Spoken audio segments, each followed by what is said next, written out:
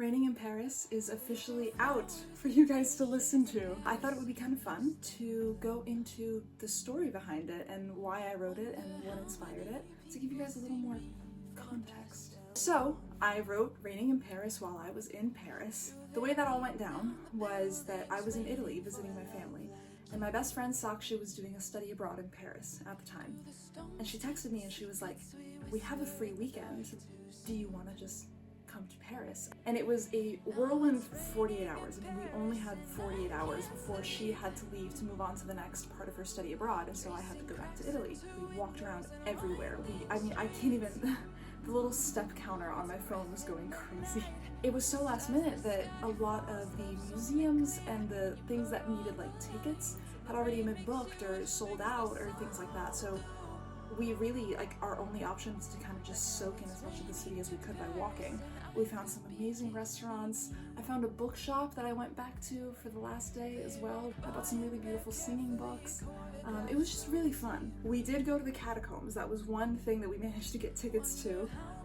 Terrifying. Once the wonder of it all, that you were like, wow, this is so cool. Like once that wore off, you realized that you were underground, very deep underground, surrounded by human bones.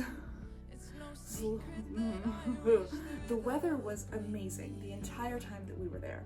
It was bright and sunny and beautiful, and I just remember thinking, this is one of the most gorgeous cities I've ever seen. I can't even begin to imagine how it could possibly get any better.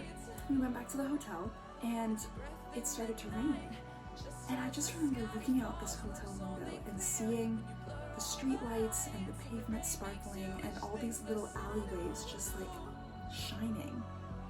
And I was like, this is the most beautiful thing I've ever seen. And it wasn't even a visual thing, it was just like a feeling. Like Paris in the rain just felt perfect. So I kind of held on to that feeling as I was going to bed, and I had all of these ideas forming in my mind. And I tried to hold on to it as best as I could, and then I got to the airport and I got back to Italy. And finally I was able to sort of like put pen to paper and write down all of the melodies that I've been going through my head ever since the night that it rained. And this is the song that came out, Raining in Paris. Sometimes something as subtle as a shift in weather can completely change your whole perspective about a place.